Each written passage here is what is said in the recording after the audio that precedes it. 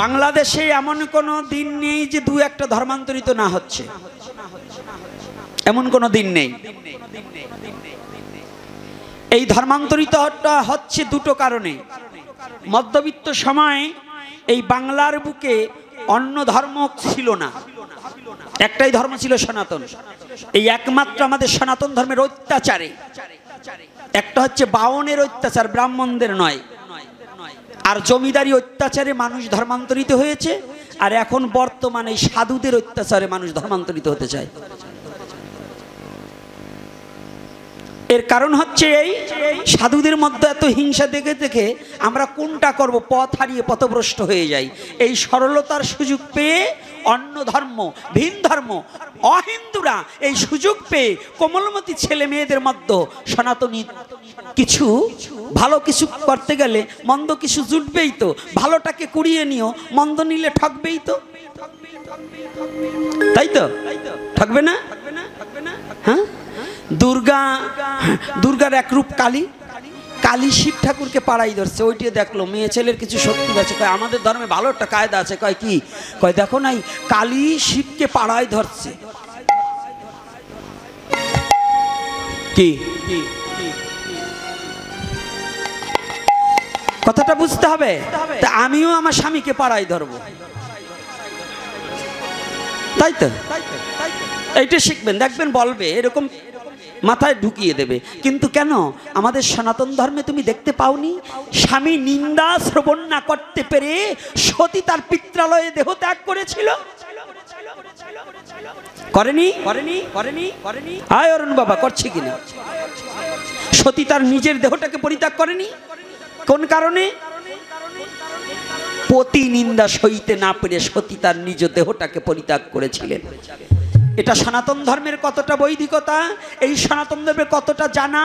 এই দুর্গা পূজার মধ্যে এই কাজটাকে না করে দুর্গা পূজার ড্যান্স শুরু করেন। কিন্তু দুর্গা পূজার এই দুর্গার মাহাত্ম্যটাকে কখনো কোনো পুরোহিত, কখনো কোনো ওই যারা পুজো করছে ভক্ত, তারা ওইটাকে ব্যক্ত করছে না, করছে। আজ অবধি কোনো দুর্গা পূজার সম্মুখে দুর্গা পূজা কেন করা হয় এই তত্ত্বটা উপলব্ধি করানো হয়? কোন পুরোহিত করে, চণ্ডীপাঠ পর্যন্ত বন্ধ হয়ে গেছে। এখন একজন ব্রাহ্মণে পুজো করে, তো একজন ব্রাহ্মণে পুজোই করবে না, চণ্ডীপাঠ করবে। আর আমাদেরও দোষ আছে, বলবো না? থাক, বললে আপনারা কষ্ট পাবেন। আবার আর আগামী দিন আমার বিল্লমঙ্গল বাবা আসছে, তারে প্রশ্ন করবেন, সে বলে দেবে, বলতেই হবে। তাই ভাবছেন নাকি আমি না বললে যাব? আমি কি না বলা লোক? দেখলাম আপনাদের লোভ আছে কেমন। তো এখন দেখুন, এই যে দুর্গাপুজোতে আমাদের একটা দোষ আছে, আমরা যত সহজ করতে চাই তত আমাদের ধর্ম সহজ করতে করতে এখন এমন একটা জায়গায় এসে দাঁড়িয়েছে, এখন ধর্মের অস্তিত্ব রক্ষা করা বড় কঠিন হয়ে দাঁড়িয়েছে। কি সহজ?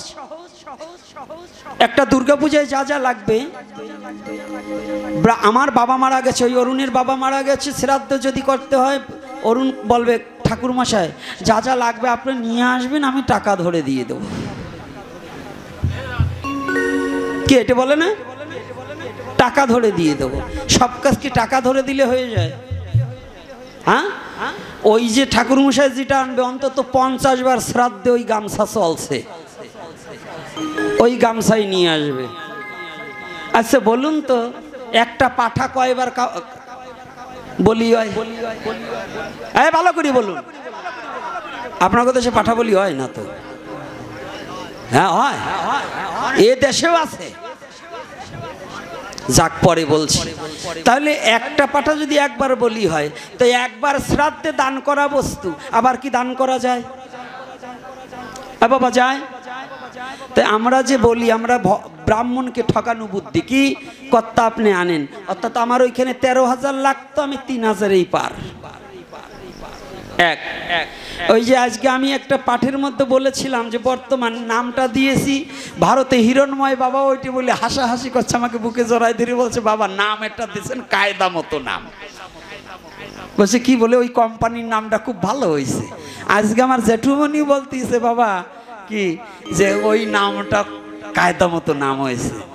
বলছে কেমন? আমি বলছি এই যে দুর্গাপূজায় যে আমাদের দেখবেন কোম্পানি খুলেছে, এই কোম্পানির নাম রাখছি উলঙ্গ বাহার ধুতি। কারণ এই যে আমাদের সনাতন ধর্মের যে সংকীর্ণতা মন, কোনো সাধুগুরু বৈষ্ণবের এবং ভগবত সেবার নিমিত্তে এত সংকীর্ণতা, গ্রামের মাতবারকে, এমপিকে, চেয়ারম্যানকে ঘুষ দেবে, ভালো মন্দ খাওয়াবে, বাড়িতে খাসির মাংস রান্না করে খাওয়াবে, অথচ বৈষ্ণবকে একটু শাক ভাত দিলে হয়ে যায়। কিন্তু বৈষ্ণবকে খাওয়াতে গেলে ওনাদের বাজারে গিয়ে হিসাব করে সবচেয়ে কোনটা কমা দামি সবজি আছে ওইটা আনে। করে কিনা বলুন? সবাই না, শতকরা 95 জন, আমার নিজে চোখে দেখা। যদি পুজোর জন্য কোনো ধুতি কিনতে যায় সবচেয়ে কমাটা আনে, আর বিয়ার জন্য ভালোটা আনে কিনা। গামছা ঘটে দেবে, ওটা তো ঘটে লাগবে এতটুকু আনে। যদিও একখান বড় আনে, যাবার সময় কয় গুসাই ওইখানে আমার ছেলেরে দিয়ে যান। কি বলে কিনা? এইটা কি সনাতন ধর্মের নিয়ম? যে বস্তু দান করা হয় সেটা গায়রস্থ বস্তু রাখলে সেই পাপ গ্রহণ করা হয়। জানিয়ে রাখবেন, যে বস্তু দান করা হবে, যে দানটাকে নিজে গ্রহণ করা যাবে না, নিজে পরিধান করা যাবে না, নিজে ব্যবহার করা যাবে না, ওই বস্তু কোনো ব্রাহ্মণকে, কোনো বৈষ্ণবকে, কোনো ভিখারিকেও দান করা যাবে না। ভিখারিকে পর্যন্ত নয়। যদি কোনো জমিদার বড় ভুরি ভোজের আয়োজন করেছে, সনাতন ধর্মের নির্দেশনাটা একটু শুনে যান। এত সস্তা সনাতন ধর্ম নয়। শুধু চাল আর ডাল খিচুড়ি রান্না করে খাওয়ালেই বৈষ্ণব সেবা দেওয়া যায় না। শ্রীগাল কুকুরের খাবার জোগাড় করা যায়, কিন্তু বৈষ্ণবের সেবা চাল ডাল আর টাকা হলে বৈষ্ণবের সেবা দেওয়া যায় না। বৈষ্ণবের সেবা দিতে হলে প্রেম আর ভক্তি থাকতে হবে। যেখানে প্রেম যোগ ভক্তি না আছে, চাল ডাল কোটি কোটি টাকা খরচ করলেও কখনো সাধু সেবা, ভক্ত সেবা, বৈষ্ণব সেবা দেওয়া যায় না। আর প্রথম কারণটাই হারিয়ে গেছে আমাদের মাঝ থেকে। আমি প্রায় বলছি, কিন্তু সেটাও এই অঞ্চলে এসেও দেখছি না। আজকে সম্মান করেছে, কিন্তু এটা নয়। যদি কারো বৈষ্ণব সেবার ভক্ত সেবা এক নয়। ভক্ত সেবায় অনেক কিছু না করলেও হবে। যদি বৈষ্ণব সেবা দিতে হয় তাহলে প্রতিটা ওই গায়রস্থ ব্যক্তি নিজে ভিখারির মতো সেজে, ললাটে উদ্ধপিণ্ড তিলক ধারণ করে, একখানা বহির্বেশ পরিধান করে, গলার উপর একখানা বস্ত্র দিয়ে, এক বালতি জল, একটা গামছা নিয়ে পথের দ্বারে দাঁড়িয়ে থাকবে। ওই দিন যদি একটা কুকুর পর্যন্ত ওই বাড়িতে প্রবেশ করে, তার চরণ ধৌত করতে হবে। ওই গায়রস্থ বাড়ি গৃহস্থ ব্যক্তি যে বৈষ্ণব সেবা দেবে, ওই কর্তাপক্ষের নিজের ভিখারি, সেদিন তার কোনো বক্তৃতা নেই। আজকাল আমরা বৈষ্ণব সেবা দিয়ে আমার বক্তৃতার চোটে যাদের আনি পাঠকই পাঠ করতে পারে না, আমার বক্তৃতাই করতে হয়। এজন্য দুঃখ, এগুলো দুঃখ। এই বক্তৃতা টক্তৃতা বন্ধ করতে হবে। তোমার সেদিন ভিখারি সাজতে হবে, দিনহীন কাঙাল সাজতে হবে। ভুলে গিয়েছো তুমি নিজে ভগবান কৃষ্ণ। সনাতন ধর্মটা দর্শন কি জানেন? আজকে একটু একটু করে বলছি, কারণ একদিনের আলোচনায় আমার পোষায় না। একদিনের আলোচনায় আমার পোষায় না। কোথা থেকে একটু লীলা ধরবো, কি দুটো জীবনের মুখী কথা বলবো, কিংবা সমাজ সংস্কারের কথা বলতে হবে, খালি গ্রন্থের পৃষ্ঠে উল্টিয়ে কথা বললে কাজ হবে না। কারণ যে কথায় আমার জাতির উন্নত হবে না, আমার সমাজ গঠন হবে না, আমার হিন্দুত্ব প্রকাশ পাবে না, ওই পাঠক আমার দরকার করে না। আমার দরকার তাকে যার বলিষ্ঠ কণ্ঠ নয়, শুধু যে কথা বললে পরে জাতীয়তা চেতন শক্তি, জাতি শক্তি পাবে। এই কথা এখন বর্তমান আমাদের একান্ত প্রয়োজন আছে। আছে কিনা? জাতীয়তার কথা প্রয়োজন নেই। আমি কোন জাতি? ধর্ম আমার সনাতন, কিন্তু জাতি আমি হিন্দু।